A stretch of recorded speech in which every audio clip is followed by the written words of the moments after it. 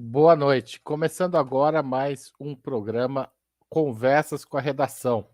O programa com a Redação é mensal, a gente faz uma vez por mês e ele é uma retribuição aos assinantes, os membros pagantes do canal de Ópera Mundi no YouTube. Ser membro pagante do canal de Ópera Mundi é uma das formas de financiar o nosso jornalismo.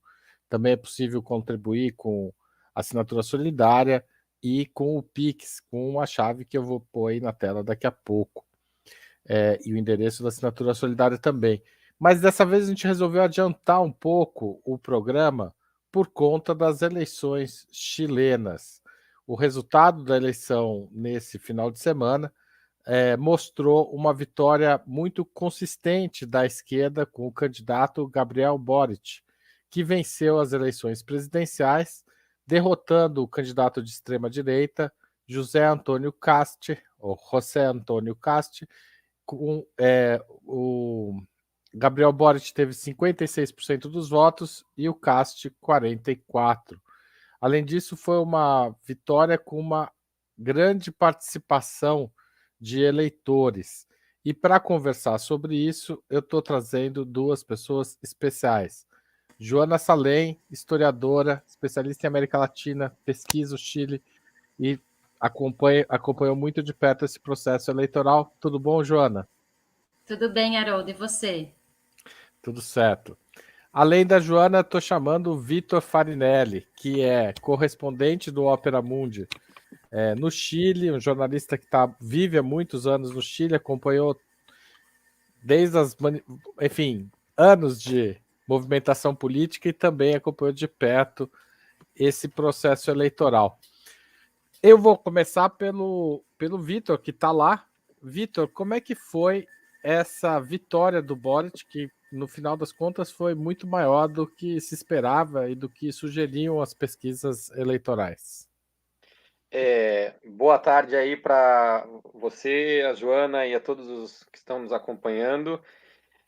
Foi uma vitória que surpreendeu não só surpreendeu das duas formas, né? Pela margem que se esperava, todas as pesquisas estavam indicando uma vitória por uma margem muito pequena, de 4%. As pesquisas que estavam nos 6% eram consideradas assim até escandalosas no bojo das pesquisas, né? Se esperava uma coisa bem curta e no final acabou sendo de 2 dígitos, né, de diferença. Mas o que surpreendeu mais foi a participação eleitoral. Foi a maior participação eleitoral da história das eleições chilenas, né?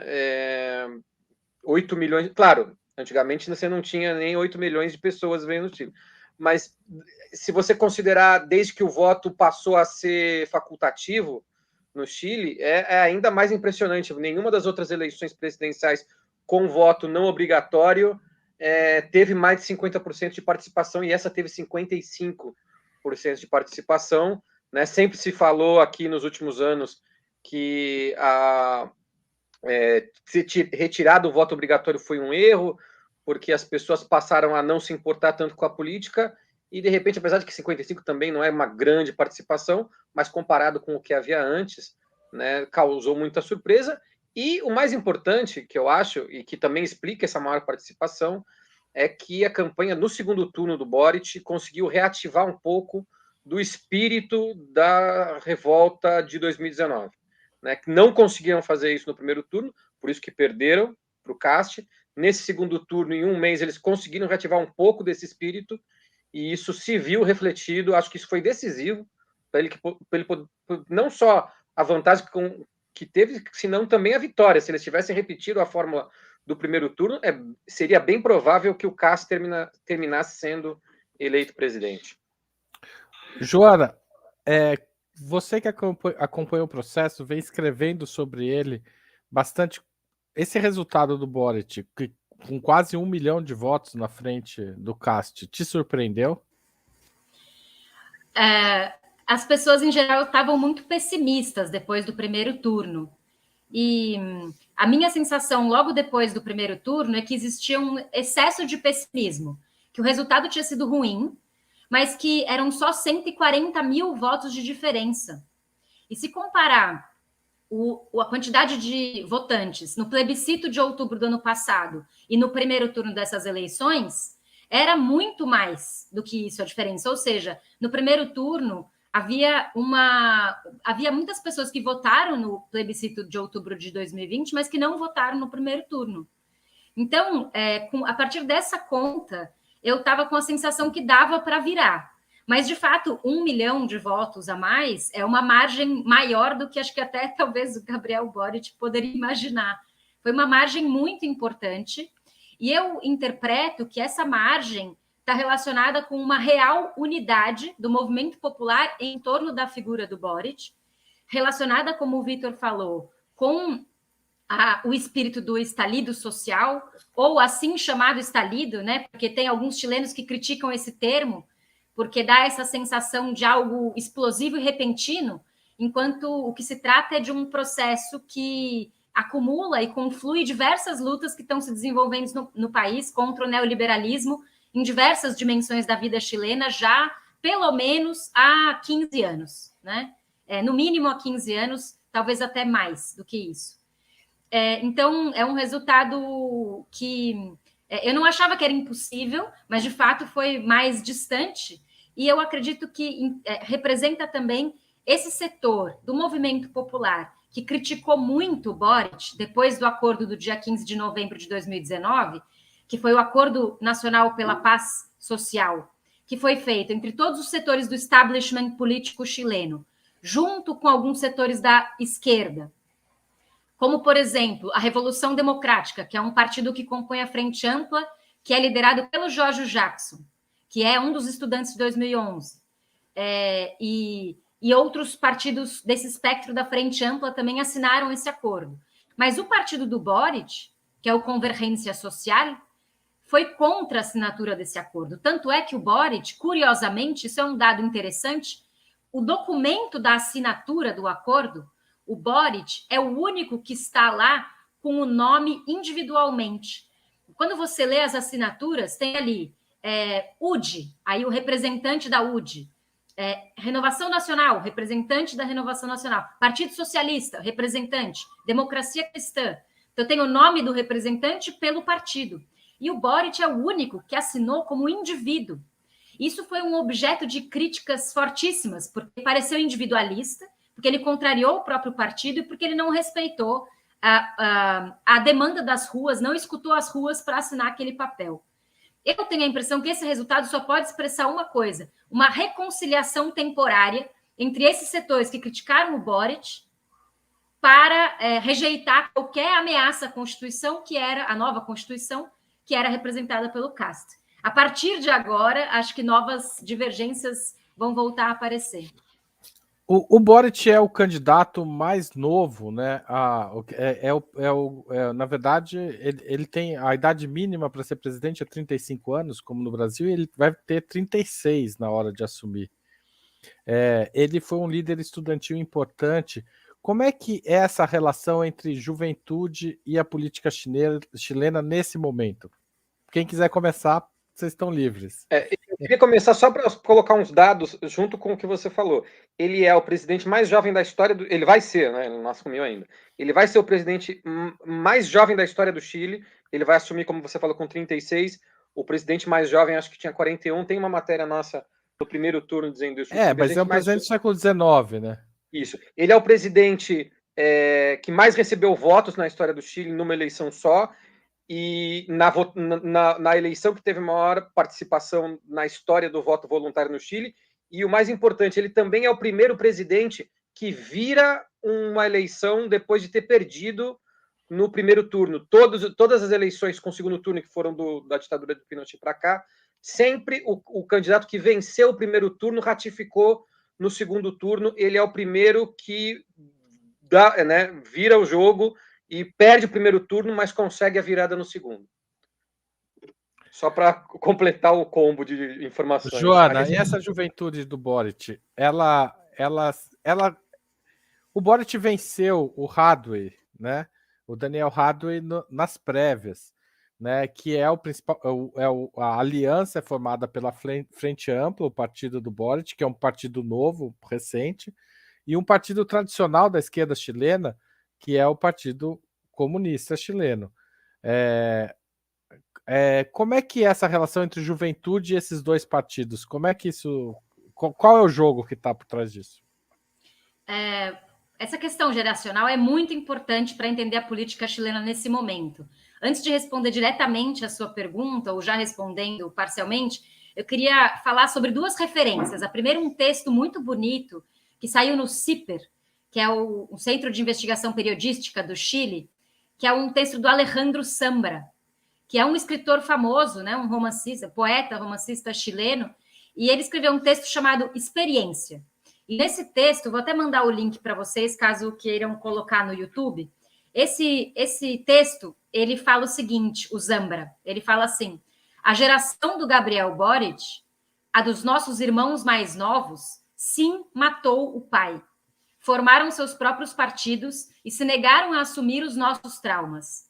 Sim, merecem a nossa admiração, o nosso carinho e a nossa gratidão. É um texto que reflete sobre política e geração a partir de uma geração do Alejandro Zambra, que tem 46 anos, aproximadamente, né?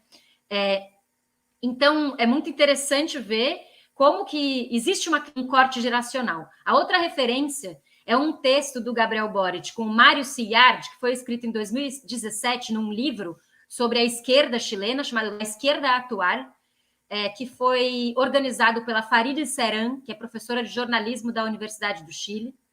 E o título do texto do Boric com o Mário Cillard era A Geração Política em Tempos de Mal-Estar. E ele usa o duplo sentido da palavra geração. A geração como algo que se gera, né? A criação da política, e também a geração da política, querendo dizer a sua própria geração, a geração que resolveu fazer política. Em 2006, depois em 2011, são 2 ciclos de luta estudantil que foram protagonizados, de certa forma, pela mesma geração. A primeira no movimento secundarista, a segunda vez no movimento universitário, né? Pensando a geração de uma maneira ampla, com em torno de 7 anos, 8 anos, por aí, né? Então, a ideia de que a geração da política, tem uma geração no Chile que resolveu gerar uma política, né? E isso esse texto do Boric eu traduzi em 2017 e foi publicado numa revista Mouro em 2018, que está disponível em PDF. Depois eu coloco o link, se vocês quiserem também, para quem quiser ler o texto do Boric diretamente em português, traduzido por mim, né? Então, eu acho que essa questão geracional ela é bastante importante para essa configuração do poder, né? E eu estava vendo que a Camila Vallejos, por exemplo, ela tinha dito que ela não se candidatou à reeleição como deputada, né? E ela falou: eu preciso fazer um mestrado, eu quero ficar mais tempo com a minha filha. Eu falei: agora já não dá mais, ela vai para algum ministério, né?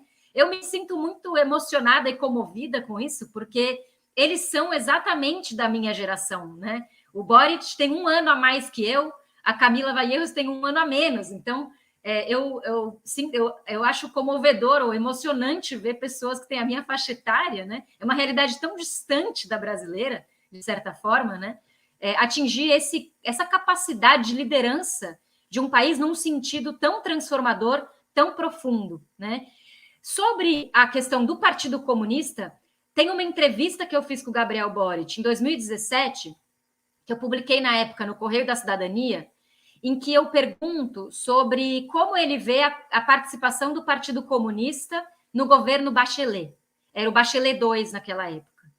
E como ele vê, então, a participação da Camila Vallejos e da juventude do Partido Comunista e do partido em si no governo Bachelet, que estava fazendo reformas educacionais que não correspondiam àquelas que o movimento popular gostaria, que os estudantes gostariam.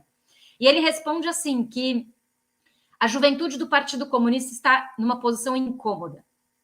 E eu reli essa entrevista essa semana e me chamou muita atenção isso, porque é a juventude do Partido Comunista que está numa posição incômoda. Não necessariamente o partido está, a juventude está. Então, existe sim uma tensão que foi colocada dentro do Partido Comunista, que também é geracional.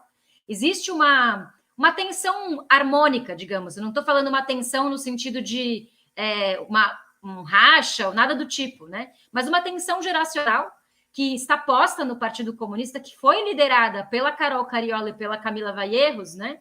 E que agora acho que fica mais evidente, porque o Partido Comunista entrou de maneira coesa na campanha do Boric, muito pelas mãos da juventude, pelas mãos dos camaradas do Boric, dos caras que já fizeram muita luta junto com ele, que confiam nele, não agora, confiam nele há 10 anos já, né? Então essa questão geracional está muito posta, eu acho.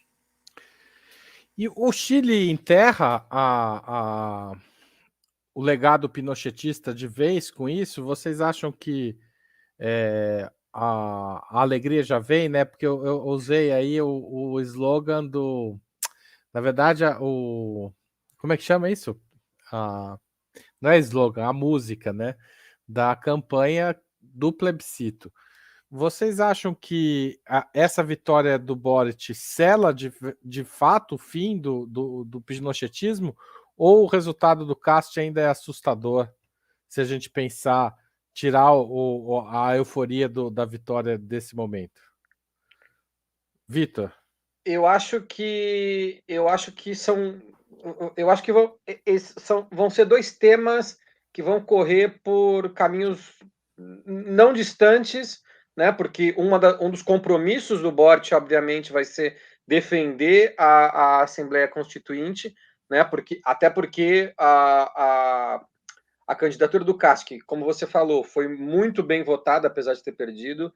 Ela propunha justamente boicotar a Assembleia Constituinte, inclusive mais abertamente, porque o governo do Pinheira meio que está fazendo uns boicotes à Constituinte, mas de forma velada, para não ficar tão descarado que ele não está, que é não só ele, né, o setor que ele representa da direita não está contente com a possibilidade de uma nova Constituição, né? O Cast faria isso muito mais abertamente, lideraria e vai liderar da oposição um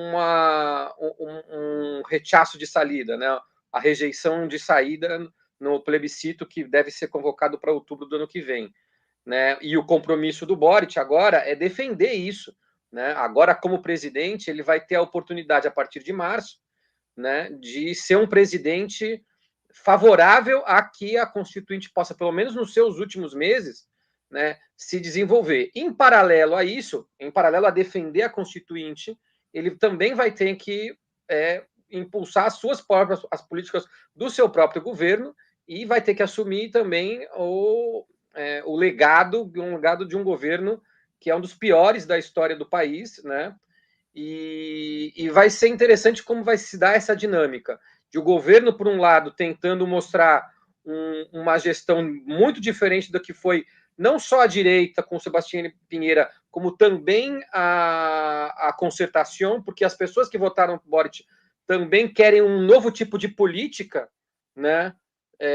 Desde La Moneda, uma política que dialogue com os movimentos sociais, com os setores mais pobres, com as regiões, né? Um dos grandes temas dessa eleição foi dar mais autonomia política para as regiões, né? O Chile não tinha governadores de província, né? A partir do ano que vem vai ter, quer dizer, a partir desse ano já tem, só que os governadores que foram eleitos esse ano, eles trabalham junto com delegados presidenciais, então o governador não tem a autonomia que um governador de São Paulo, do Rio de Janeiro tem, né? E o compromisso do Boric é retirar esses delegados para que os governadores realmente governem, né? Sem intervenção do Estado central. Então, tem toda uma política que precisa ser impulsionada e as duas coisas vão estar vigentes no debate político, né? E o resultado disso é que vai definir se o pinochetismo vai se manter vigente ou não. Se a promessa do governo Gabriel Boric de um governo que vai romper com a lógica neoliberal do pinochetismo vai dar certo, e se a Carta Magna que for produzida vai ser aprovada pelos cidadãos, né? E se vai ter um texto muito diferente da que existe hoje, que também que vem sendo rejeitada desde 2019 na revolta social. Eu acho que essa pergunta é muito importante para deixar só o Vitor falar. Eu quero a opinião da Joana também. Esse é um tema super complicado mesmo. Eu concordo com o Vitor que é lento, é difícil, né? O pinochetismo é uma força política incrustada na sociedade chilena. A sociedade chilena tem um setor pinochetista que não é só a elite. Existe um setor da sociedade chilena que é conservador e é popular, que tem o discurso da lei e da ordem, tem um apelo, né? Como o Vitor disse, não é à toa que o Kast teve bastante voto. Mas acho que são as condições mais ideais possíveis para se imaginar uma transformação. Por que ideais? Porque existe um movimento popular que tem um certo acúmulo de forças consolidado, que demonstrou nessas eleições que tem organicidade com um projeto antineoliberal e que está disposto, inclusive, a votar em alguém, né, que nem sempre é seu candidato preferido, porque o Boric não era o preferido de muitos, que está disposto a votar em alguém que não é seu preferido, porque sabe que o outro candidato ia comprometer de maneira decisiva e eliminar o processo da Constituinte.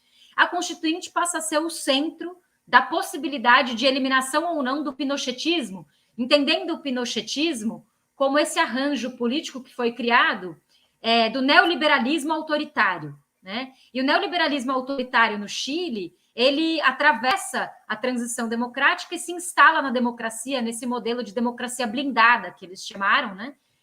Que é uma democracia caracterizada pelo sistema binomial, que foi transformado só no Bachelet II, que impedia a formação de grandes maiorias para modificar a Constituição com um quórum muito alto. Então, era uma Constituição blindada a qualquer tipo de experimento análogo ao que foi o allendismo, né? Então, quando vocês perguntam no título da atividade, né, a alegria já vem evocando o entusiasmo democrático que existiu no final dos anos 80, quando o plebiscito de 88 foi vencido pelos que queriam derrubar a ditadura. Eu acho que o momento que se vive hoje talvez evoque um problema que a esquerda chilena já viveu, que tem a memória desse problema muito viva, que é quais são os limites da transformação profunda por dentro da institucionalidade. Mas é o seguinte, o Salvador Allende não tinha uma Assembleia Constituinte para se apoiar. O Salvador Allende ele estava basicamente dependente de uma correlação de forças desfavorável no Congresso Nacional, que acabou engolindo ele como institucionalidade. Ele sofre um golpe justamente porque queria convocar essa constituinte. Né? Exatamente. Inclusive, o golpe estava marcado para quinta-feira, dia 13 de setembro, e o golpe foi adiantado para o dia 11 de setembro, terça-feira, porque no domingo anterior, o Allende convocou o Pinochet para conversar sobre a agenda política, Pinochet que era do governo, e contou para ele que iria convocar o plebiscito para abrir um processo constituinte no dia 11. E o Pinochet adiantou o dispositivo do golpe em 2 dias para conseguir impedir que o Allende convocasse um plebiscito, que seria o equivalente ao plebiscito de outubro de 2020. Porque é o plebiscito que perguntar para as pessoas se elas queriam ou não mudar a Constituição. Né? Então, só fazendo um paralelo meio rápido, né? Imagina que o Allende tivesse não necessariamente uma maioria congressual, como não tinha, mas tivesse paralelamente um outro organismo legislativo constitucional, uma Assembleia Constitucional, em que ele pudesse exercer uma maioria um pouco mais folgada do que no Congresso.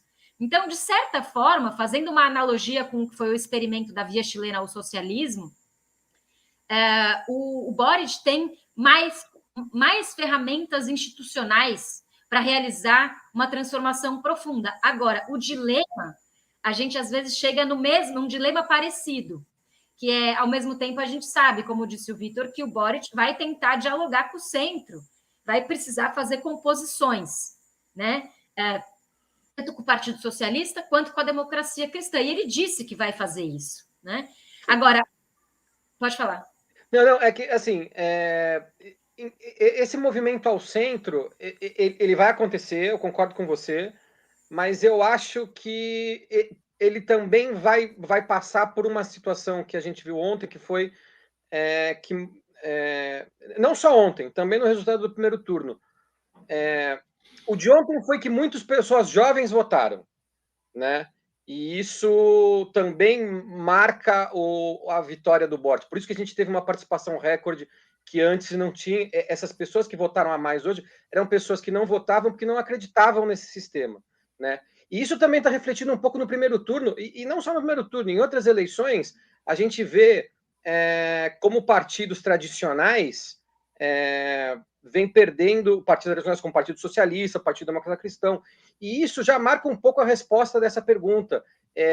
Pelo menos na questão dos equilíbrios políticos, o pinochetismo já está praticamente superado, pelo menos na parte da esquerda. Na direita, os partidos são os mesmos da época do Pinochet, mas na esquerda, o Partido Socialista está perdendo muitos escanhos, né, muitas vagas no Congresso. O Partido Democrata Cristão está praticamente dizimado na sua importância. O Partido Democrata Cristão, até 2010, era um dos partidos de maior representação no Congresso, e hoje tem 4 ou 5 deputados.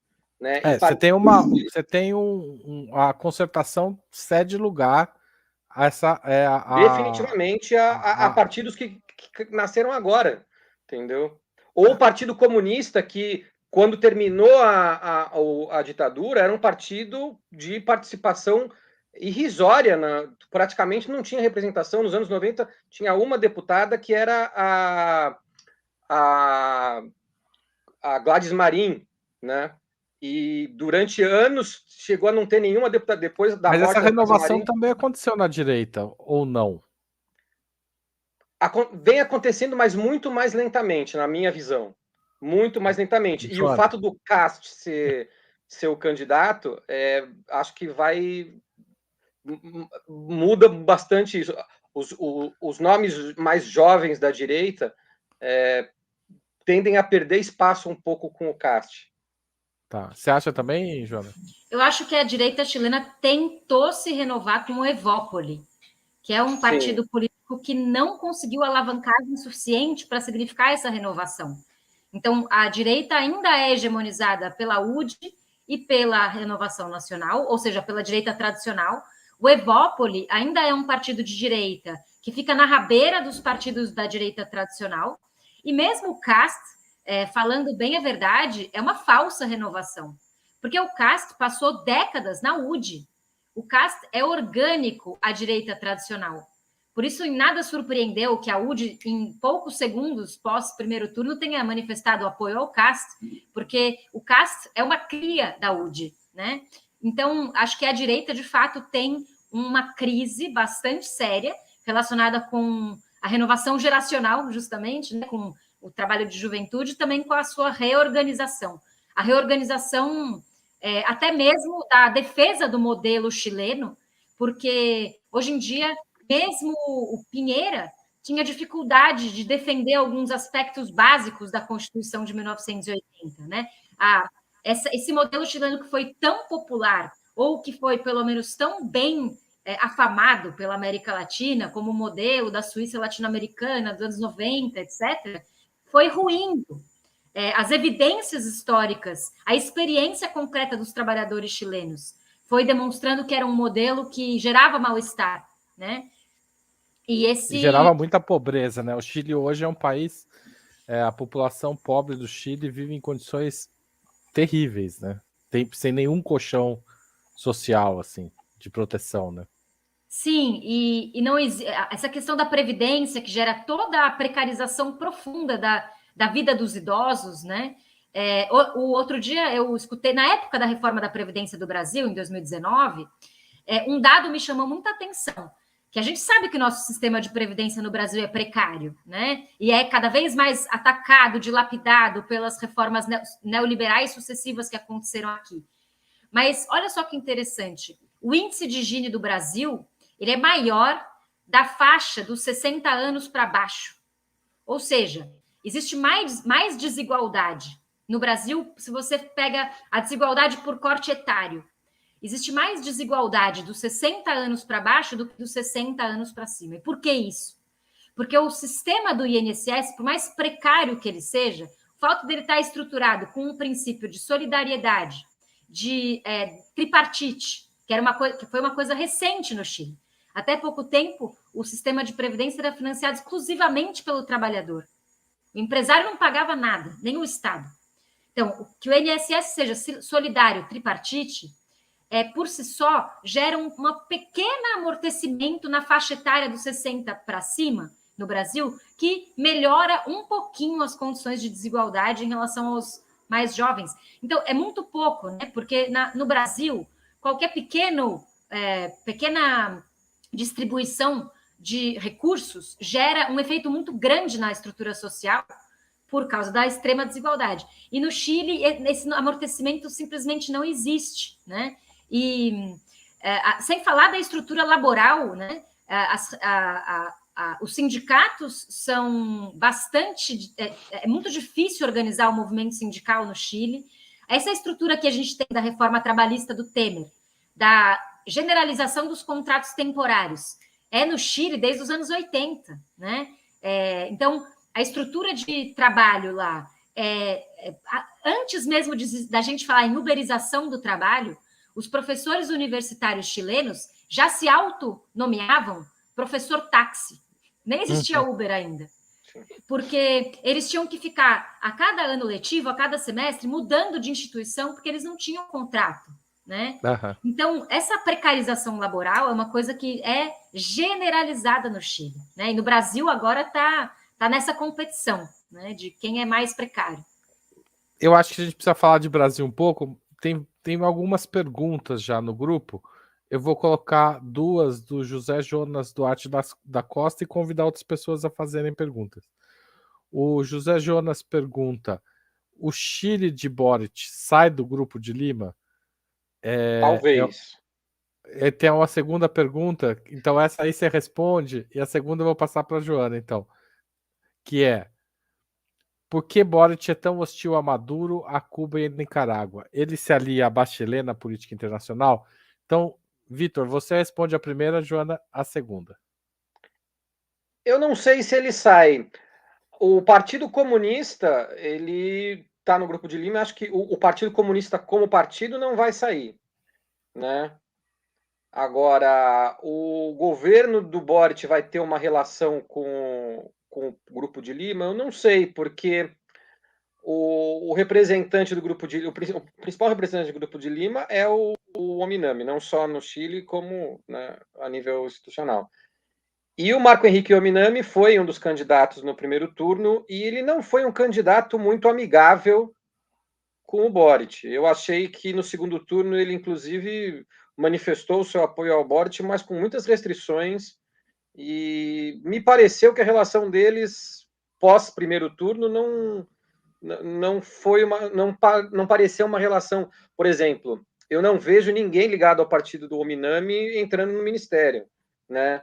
Diferente do Partido Democrata Cristão, que também teve algumas restrições, mas foi um apoio mais amigável, que inclusive abre as portas para que entre um ministro democrata cristão no gabinete do Boric de alguma... não vai ter um ministério de destaque, mas alguma coisa pode entrar, entendeu? Pode ter alguma participação.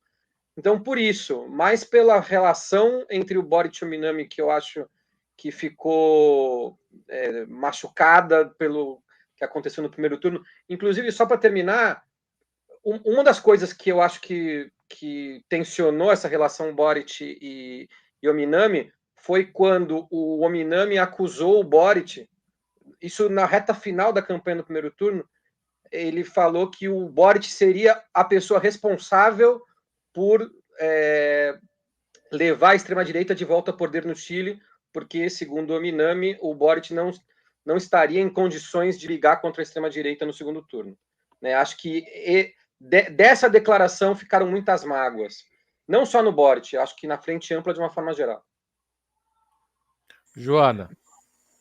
Acho que vale a pena pensar a correlação de forças da América Latina nesse momento, que está passando por uma série de mudanças nos últimos 3 anos, aproximadamente. Primeiro, que a esquerda ou a centro-esquerda, o progressismo de diferentes matizes, foi aos poucos recuperando algum terreno, né? Então, o golpe da Bolívia foi revertido, Luiz Arce ganhou as eleições, o Alberto Fernandes e Cristina Kirchner recuperaram também a vitória, embora já estejam em crise novamente, né? O progressismo argentino não vai bem, o governo argentino tem apresentado uma série de dificuldades, embora tenham retomado o país em relação à direita neoliberal clássica, né, do Macri.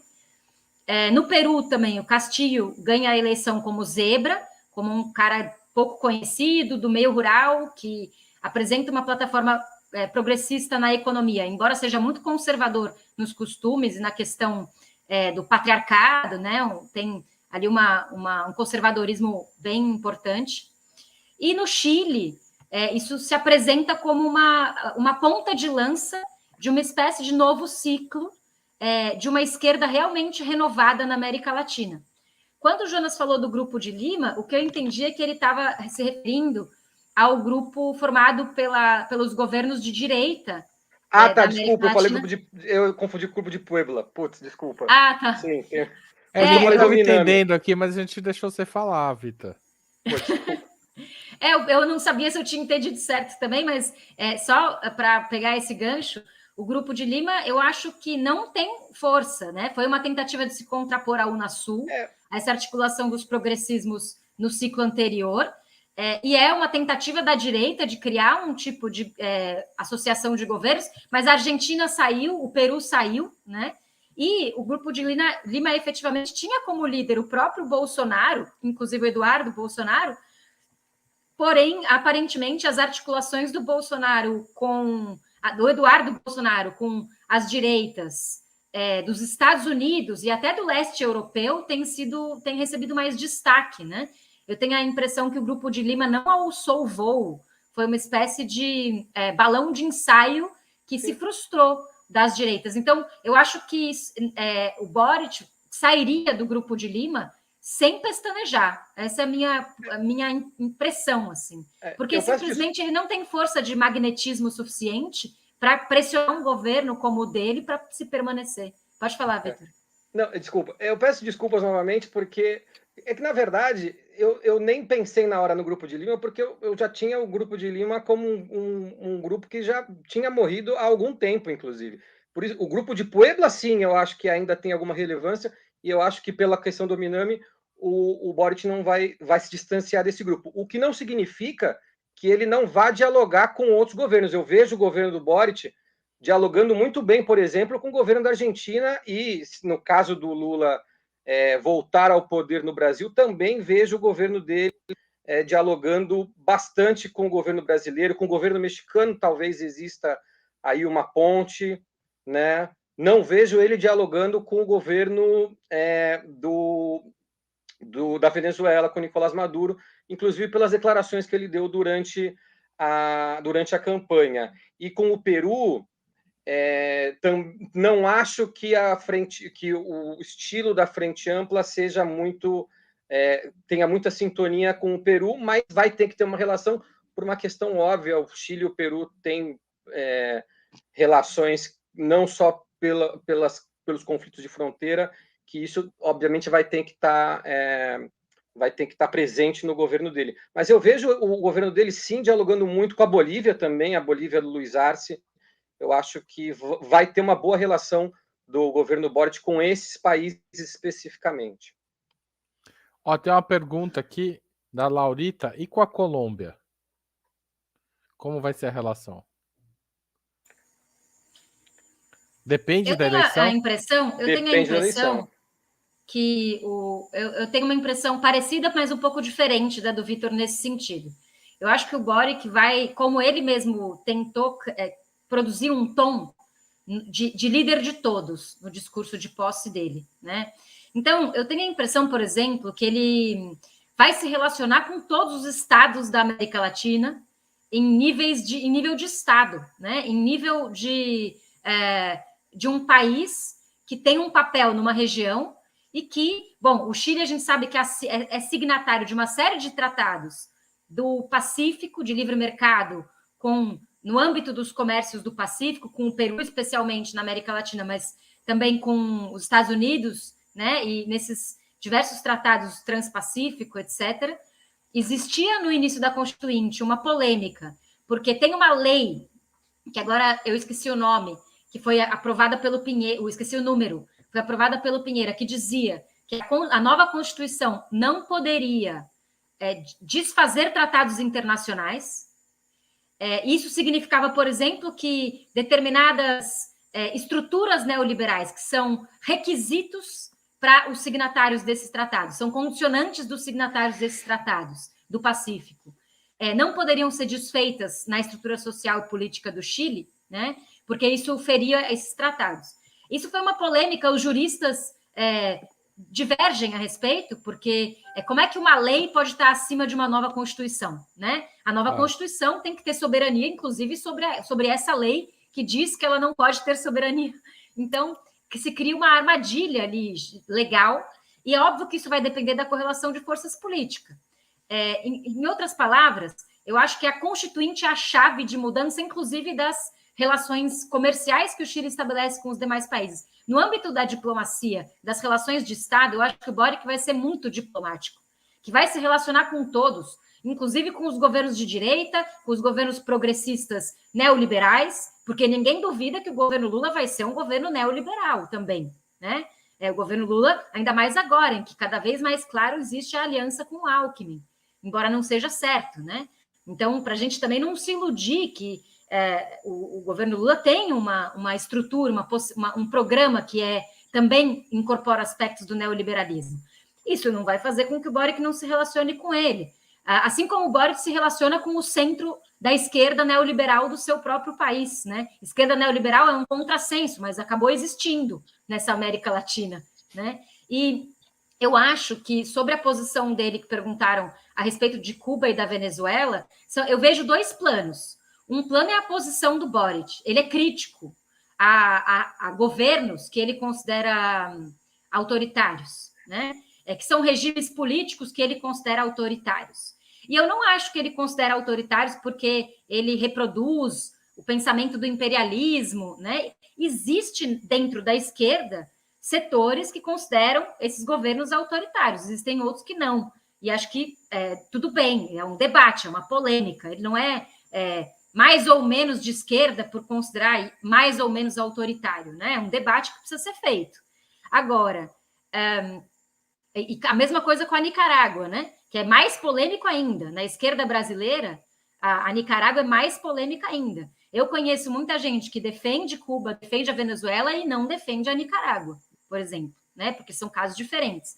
Então, eu acho que um plano é a opinião do Boric sobre as questões. E ele faz parte desse setor da esquerda que critica certos governos que ele considera autoritário. O outro plano é o Boric como estadista, ou como governante, que vai se relacionar, na minha impressão, com todos os governos de maneira pragmática e diplomática, né? Inclusive com aqueles que ele não concorda, de esquerda e de direita. Agora, por último, para fechar, eu queria só fazer um último comentário, que é assim, sem dúvida, nessa correlação latino-americana toda, o Boric não só representa o mais jovem, né? Mas também representa a primeira vez que um projeto de possível superação dos limites do progressismo do ciclo anterior toma o poder, porque o Lula já foi experimentado, né? O Luiz Arce faz parte de um projeto que já foi experimentado, o Alberto Fernandes já foi experimentado, né? O Castilho, às vezes, é uma incógnita, é difícil de decifrar,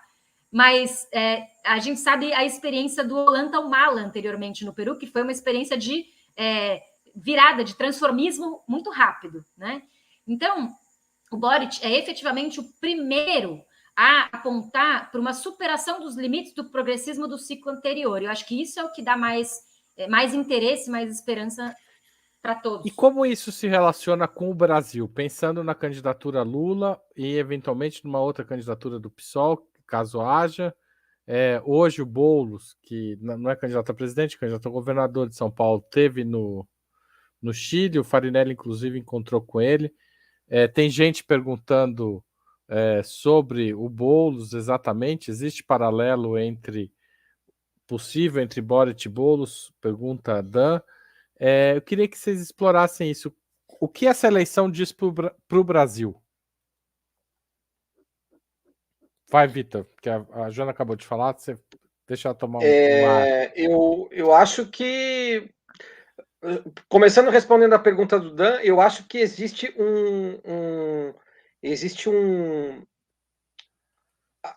o pensamento não só do Boric, da Frente Ampla como um todo, eu vejo muito parecido com a forma de fazer política do PSOL, não só do Boulos. Eu acho que o paralelo seria Frente Ampla PSOL, né? Ou pelo menos Convergência Social PSOL, né? Porque a Frente Ampla tem diferentes partidos e cada um, apesar de que eles são parecidos, mas tem uns mais ao centro, outros mais à esquerda. A Convergência Social, eu acho que casa melhor com o pensamento do PSOL e é o partido do Boric, né? A Convergência Social. Então, eu acho que tem isso. O paralelo com a eleição do Brasil talvez seja com o fato de que a gente tem uma demanda por uma nova esquerda, entendeu? Uma esquerda que saiba dialogar com outras coisas e que, de repente, foi um pouco tema em outras eleições brasileiras sobre se identitarismo, economicismo, e eu acho que a campanha do Boric, ela conseguiu juntar várias coisas, as demandas dos movimentos sociais, as demandas dos coletivos feministas, comunidades LGBT, a demanda por um desenvolvimento sustentável, pela questão do meio ambiente e das mudanças climáticas, com também a necessária luta que a esquerda sempre tem que fazer com o combate às desigualdades e com uma economia que inclua mais gente, com melhor distribuição de renda, tudo isso que a esquerda sempre batalhou por isso e que, em algum momento, eu acho que o debate no Brasil ficou muito entre isso é mais importante que as causas identitárias. Eu acho que uma das coisas que eu vejo que deu certo na forma com que a Frente Ampla propôs isso foi que todas essas demandas podem ter o mesmo nível de prioridade dentro do mesmo projeto, né? E eu acho que a esquerda brasileira precisa se abrir também a mostrar que todas essas pautas podem sim, você não precisa priorizar as coisas, né? As pessoas mais jovens na esquerda no Brasil e que têm um pensamento de esquerda e que querem votar para que a esquerda volte ao poder, elas querem um projeto que possa incluir tudo isso, entendeu? Claro, é preciso dialogar com alguns setores, alguns setores, algumas regiões onde o discurso identitário talvez cause algum temor. Sim, é preciso saber dialogar com esses setores, mas é o desafio que a esquerda tem que aprender a fazer, entendeu? E que, de repente, nem é tão difícil. O Guilherme Boulos conseguiu fazer isso, eu acho, na eleição para prefeito em 2020, né? Conseguiu casar essas duas prioridades num mesmo projeto com o mesmo nível de prioridade, né? De repente, pode ser que a esquerda brasileira também entre nisso com, obviamente, a candidatura do Lula, que imagino que vai acabar reunindo as esquerdas, ou pelo menos é difícil você ver uma candidatura de esquerda, né, que possa dividir votos com a candidatura do Lula no ano que vem. Joana. A pergunta era da Dan, eu não sei se é a Dan ou Dan. Também não sei, não deu para saber. Eu acho que sim, que existe um paralelo possível entre o Boric e o Boulos, que é um paralelo bem direto.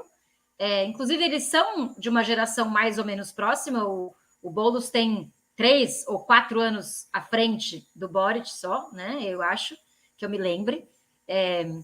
E além disso, a gênese dos partidos que geraram a Frente Ampla, do ponto de vista político, é muito parecido com a gênese do surgimento do PSOL. Se a gente for olhar a origem desses dois agrupamentos, né, eles estão relacionados com governos de centro-esquerda que não levaram a cabo programas de transformação que setores da esquerda consideravam imprescindíveis e inegociáveis, e isso gera um processo de ruptura, né? Então, no caso, o primeiro governo Bachelet foi um governo que gerou decepção para os chilenos, porque foi um governo que pactuou bastante com a Constituição de 1980. Quando a Bachelet foi eleita pela primeira vez, existia a expectativa de que a Bachelet abriria um processo de transformação constitucional, inclusive porque o governo do Ricardo Lagos, que é do PPD, que é um partido aliado do Partido Socialista, tinha baixado o quórum para a mudança constitucional de 2/3 para 5/7, não, 4, agora não lembro, 4/7. A diferença era de 66% para 57%, o quórum para mudar a Constituição. O Lagos fez essa mudança. No governo Bachelet I, teve um momento em que houve correlação de força suficiente para mudar a Constituição, e a Bachelet não mudou a Constituição. Então, quando surgem movimentos populares pela gratuidade na educação, contra o neoliberalismo profundo, de cobrança de mensalidade, de todos os direitos são mercantilizados. Não existe quase nada gratuito no país, né? Não existe, enfim, uma mínima estrutura institucional em que o Estado tenha dever de realizar direitos sociais, né? O Estado não tem dever de realizar direito nenhum no Chile. Aliás, muito pelo contrário, a demanda por direitos às vezes é interpretada como inconstitucional pelos setores do mainstream pinochetista, né?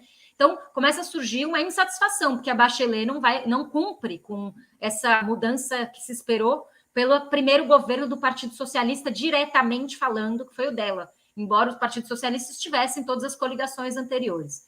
E com o PT foi a mesma coisa.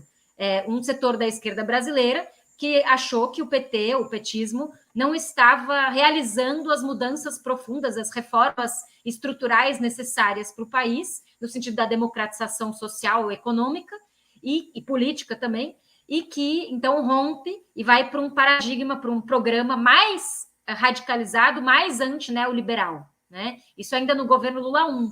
Então, a gênese é parecida, dessa ideia da superação desse progressismo. Existe um paralelo possível entre Lula e Bachelet, e da mesma forma existe um paralelo possível entre Boulos e Boric, com a diferença de que o Boric tem uma alavanca fortíssima de um movimento popular que existe no Chile e não existe no Brasil com a mesma força, né? Então, no Brasil não existe um movimento popular capaz de alavancar um programa antineoliberal, como está acontecendo no Chile agora.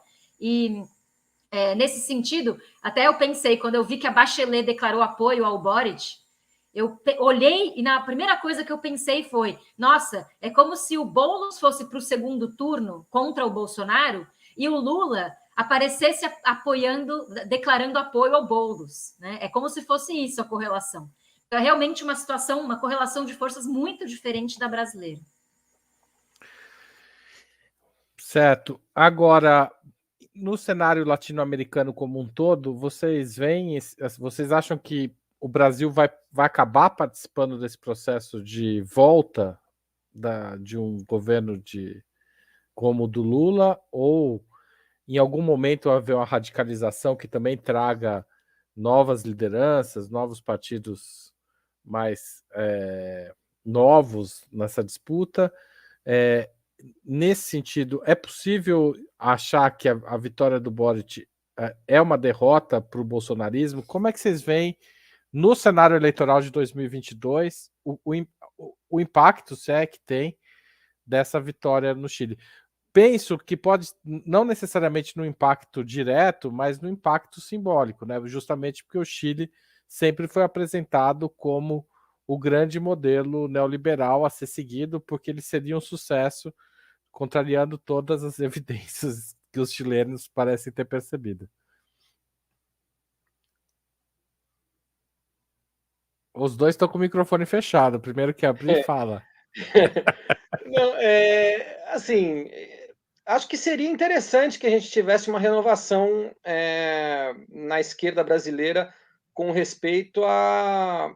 Não só a renovação, porque acho que essa renovação já está tendo um pouco. A gente vê nomes como Boulos, como Manuela Dávila, como Thalíria Petroni, Fernanda Melchiona.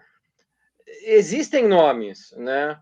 O próprio Marcelo Freixo já não é tão jovem, né? Mas existe renovação em vários partidos, em várias capitais, né? Mas precisa que esses novos rostos passem a a encabeçar as propostas eleitorais dos partidos, entendeu?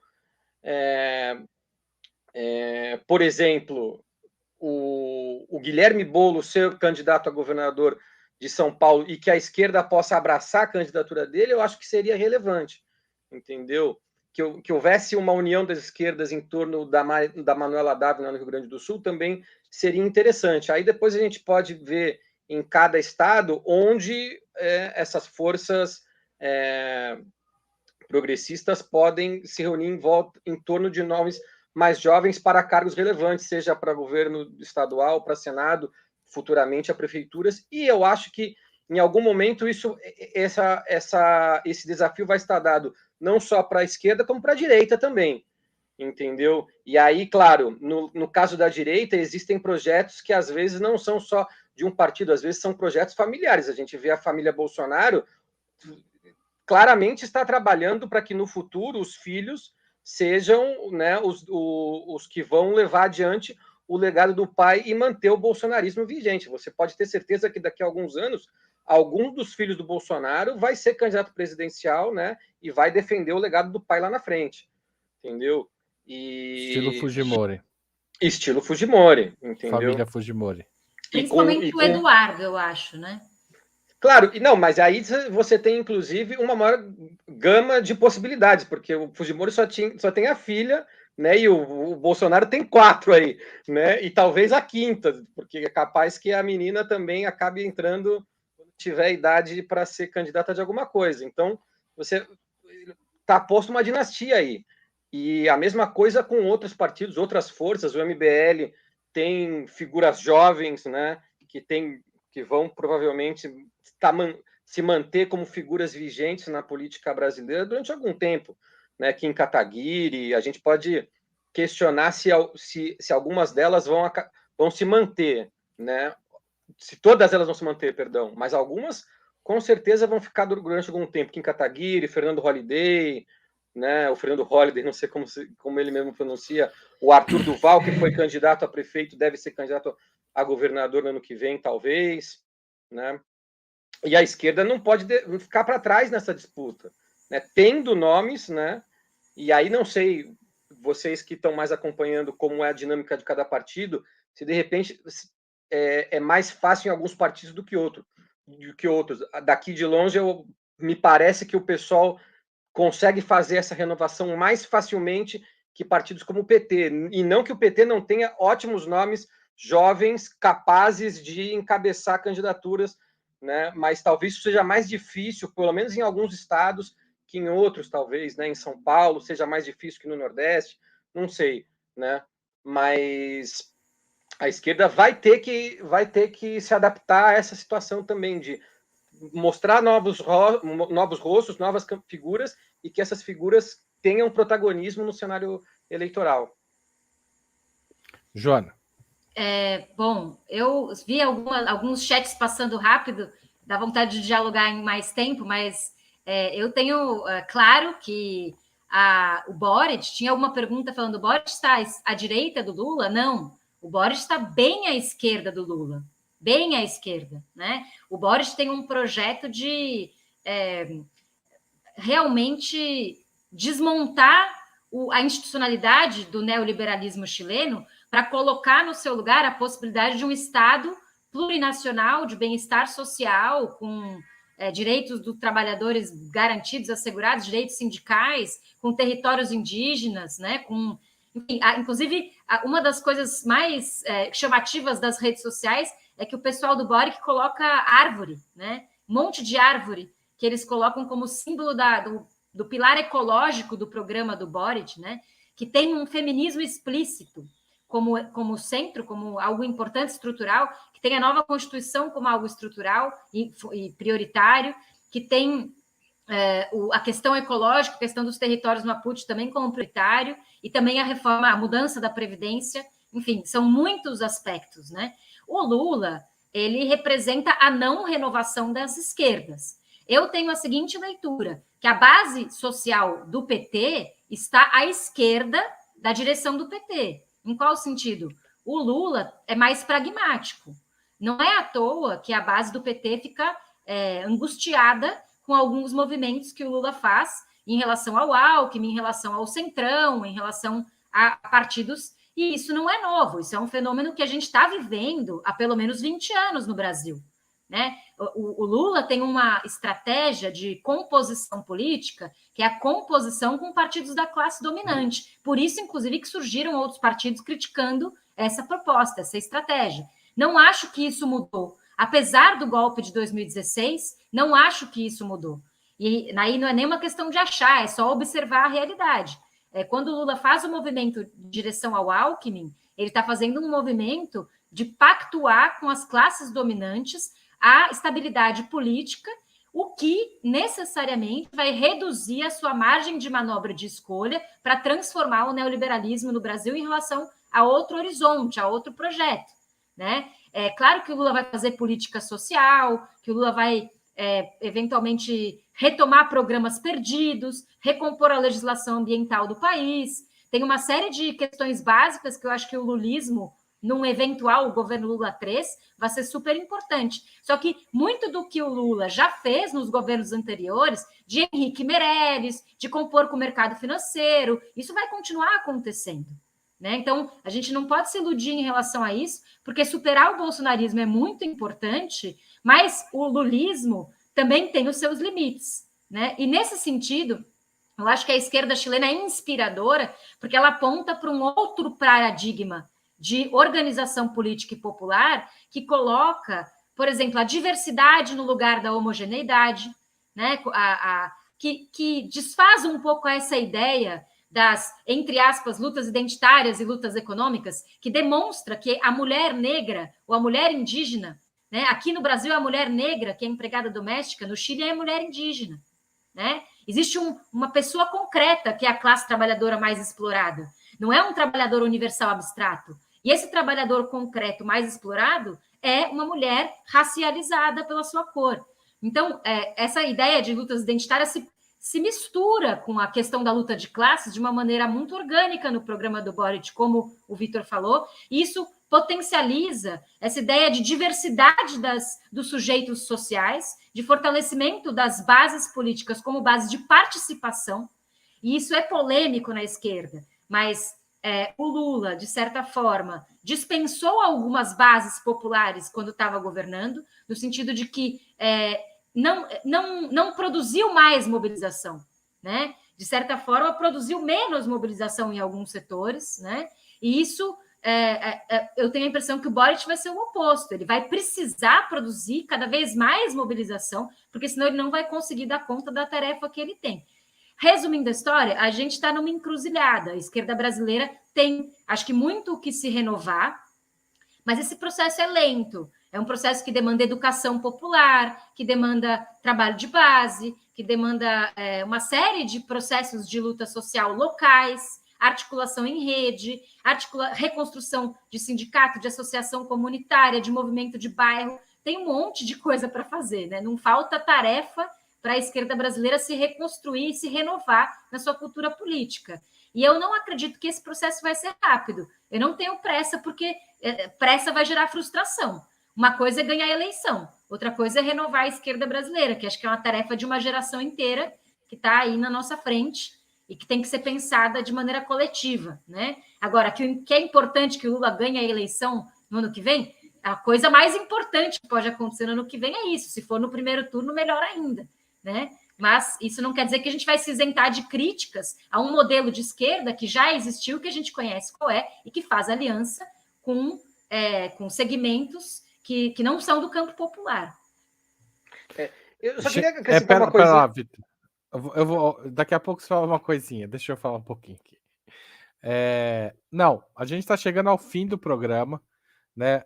O programa costuma ter 1 hora, a gente estourou um pouquinho, acho que dá para falar mais um pouquinho cada um, sim. Eu queria agradecer todo mundo que fez comentários aqui. Eu tentei pôr o máximo possível na tela, até atrapalhei um pouco os convidados em alguns momentos, mas eu queria agradecer demais a participação de vocês, convidar quem puder a fazer uma assinatura solidária em www.operamundi.com.br/apoio, ou fazer um superchat, ou se tornar membro pagante do canal, porque a gente precisa do apoio dos internautas para manter o nosso jornalismo, que é todo aberto, que não cobra, não tem paywall, ou seja, a gente quer que se difunda um bom jornalismo também comprometido com as transformações sociais. Mas então eu vou passar a palavra para vocês fazerem considerações finais mesmo e puxar o que vocês acham mais importante, o que é mais importante da vitória do Boric, assim, como que isso pega na gente e por quê? Como é qual é o balanço dessa vitória, considerando todo o caminho percorrido, né? Porque é um caminho tortuoso, muita gente achou que foi um erro ser o Boric mais centrista em relação ao Radwe, que seria uma oposição mais radicalizada, enfim, essa discussão a gente acompanhou por meses em Opera Mundi, como vocês viram, pois aí durante a campanha a gente tem uma cobertura bastante detalhada sobre os resultados do nosso site, também vão lá para saber mais detalhes. Então vamos lá, vou passar para o Vitor e depois para a Joana para as considerações finais nessa linha. Obrigado. Assim, eu acho que foi uma vitória que foi importante porque consegue resgatar o espírito da revolta social, né, e reativar um processo não reativar, o processo já está em andamento, mas reativar o clima, né, que gerou esse processo de transformações, que deu uma parada depois da eleição dos constituintes, né? Durante o primeiro turno, esse clima não esteve presente, como eu falei, e isso retomou, principalmente com relação aos que eles chamam as assembleias regionais, né? Durante o segundo turno, muitas assembleias regionais que aconteceram na época da revolta social se reativaram para discutir como superar a ameaça do José Antônio Cast, né? Então, de repente, a lição pode ser também essa, né? Eu acho que uma das coisas que gerou o processo que o Chile está vivendo hoje não foi só a revolta social nas ruas, as grandes manifestações que a gente vê nos vídeos e tal, né? Essa revolta social ela teve outras coisas, como, por exemplo, as pessoas se organizando em bairros, às vezes em comunidades LGBT, coletivos feministas, coletivos pelo direito à água, e essas organizações, às vezes pequenas, foram essenciais para o processo de revolta social e agora foram novamente essenciais para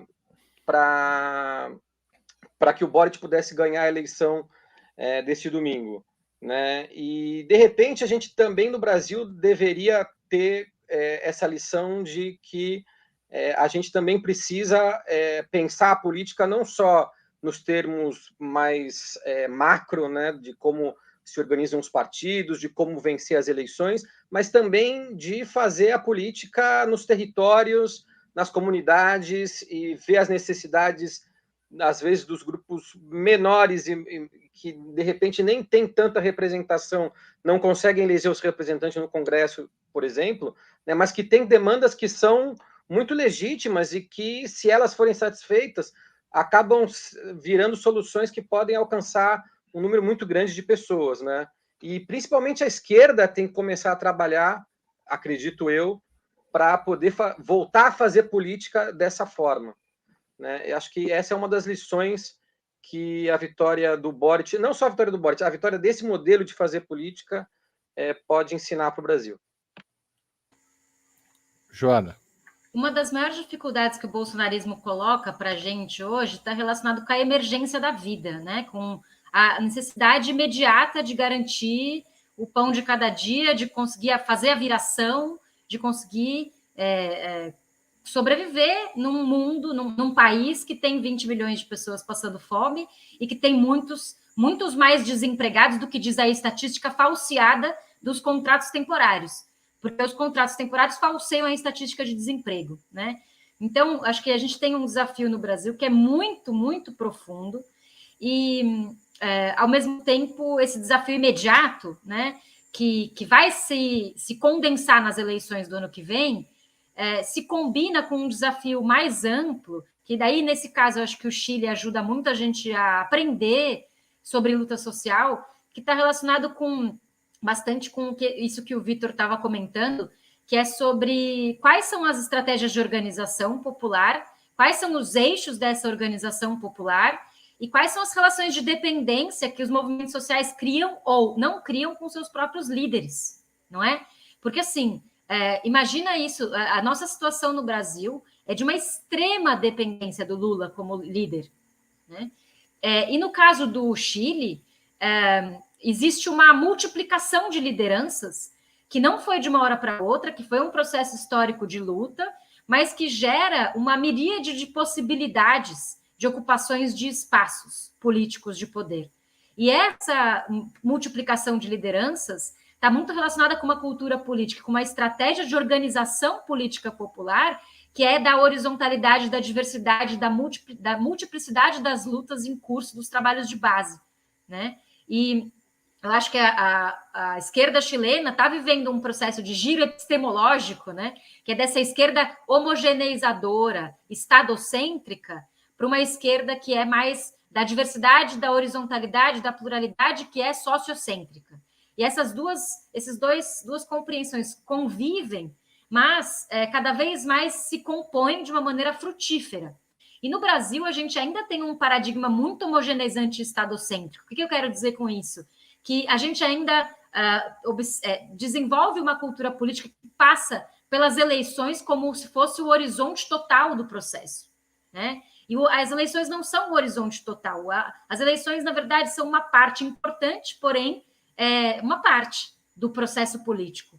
E então, a militância constante, cotidiana, né, de engajamento em diferentes movimentos populares é uma coisa que a esquerda chilena pode nos ensinar, de certa forma, nos incentivar, e nesse sentido eu vejo com bastante esperança a cultura política que se desenvolve no Chile e como se relaciona com o Brasil. A última coisa que eu queria indicar algumas leituras para quem quer aprofundar. O livro Chile em Chamas, que acabou de sair alguns meses atrás pela editora Elefante, que é um livro que eu escrevi o prefácio saiu no Outras Palavras, e também saiu no Opera Mundi, agora eu lembrei, acho que saiu no Opera Mundi, porque ele acabou circulando, o prefácio desse livro, então vale a pena olhar esse livro, é um livro que mostra essa pluralidade de vozes do movimento popular chileno, são só chilenos que escrevem, de diferentes movimentos populares, feministas, mapuche, camponeses, estudantes, professores, juristas, pessoas aposentados do Nomassa FP, das mais variadas locais sociais e políticos, que estavam no estalido e interpretam esse processo, né? Então, vale bastante a pena essa leitura. E é isso, acho que eu vou ficar com essa para não ser muita coisa, e espero que a gente continue debatendo a América Latina cada vez mais. Joana, se quiser dar outra, pode dar, não tem problema. Outra sugestão. Se quiser, não, também. Eu não sei se... A outra, na verdade, eu já dei. Era o texto do Gabriel Boric que eu já dei. Ah, legal. Então, passou aí, vocês procurem. Apareceu na tela e também está no chat que vai ficar depois que a gente encerrar a conversa. Bom, lembrei. Desculpa, Haroldo. Tinha uma que eu esqueci, uma referência que eu estava lembrando, que é um texto que eu escrevi, que saiu na revista da ADUSP, da Associação de Docentes da USP, no final do ano passado ou retrasado, agora eu já não me lembro, que se chama O Modelo Chileno e a Batalha Ideológica sobre os Rumos do Brasil, que fala sobre os paralelos do bolsonarismo com o pinochetismo. Também pode ser uma coisa legal de perceber quais são as estruturas políticas neoliberais do Chile e como o Paulo Guedes e o bolsonarismo emulam ou incorporam aspectos do tal modelo chileno nessa... É esse aí, Joana? Esse mesmo. Nessa interação entre direitas chilena e brasileira, que eu escrevi junto com a Rejane Roeveller, professora da UFRJ. Estou colocando o link na tela antes da gente encerrar. Para quem quiser achar. Também obrigada pelo convite. Também boa noite a todos. Eu é que agradeço tanto a sua disponibilidade quanto a disponibilidade do Vitor Farinelli. Eu, por mim, ficava aqui mais umas 2 horas com vocês, porque esse processo mexeu muito com o público brasileiro, é muito importante para o Opera Mundi, a gente vem acompanhando há muito tempo. A gente tentou entrevistar o Boric, não deu certo, mas a gente conseguiu entrevistar o Radwe antes.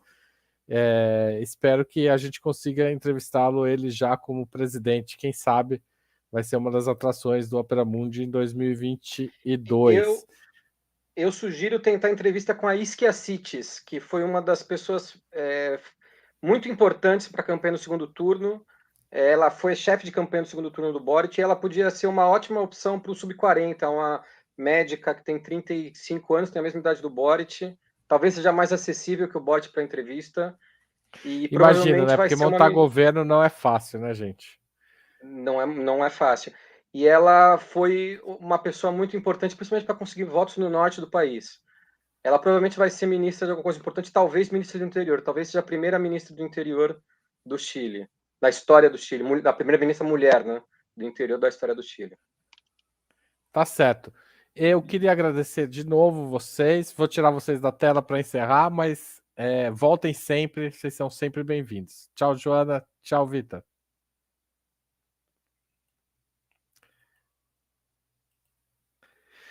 Boa noite, gente. Queria agradecer a todos que acompanharam essa conversa sobre as eleições chilenas, sobre o impacto dessas eleições no Brasil, sobre o significado para a renovação da esquerda chilena. Enfim, o papo foi muito interessante e muito esclarecedor, pelo menos para mim. Espero que para vocês também.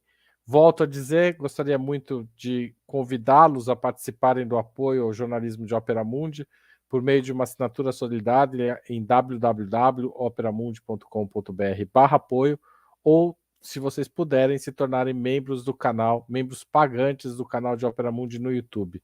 Compartilhem, espalhem, ajude o jornalismo independente a fazer o seu trabalho. Boa noite e até a próxima. Valeu!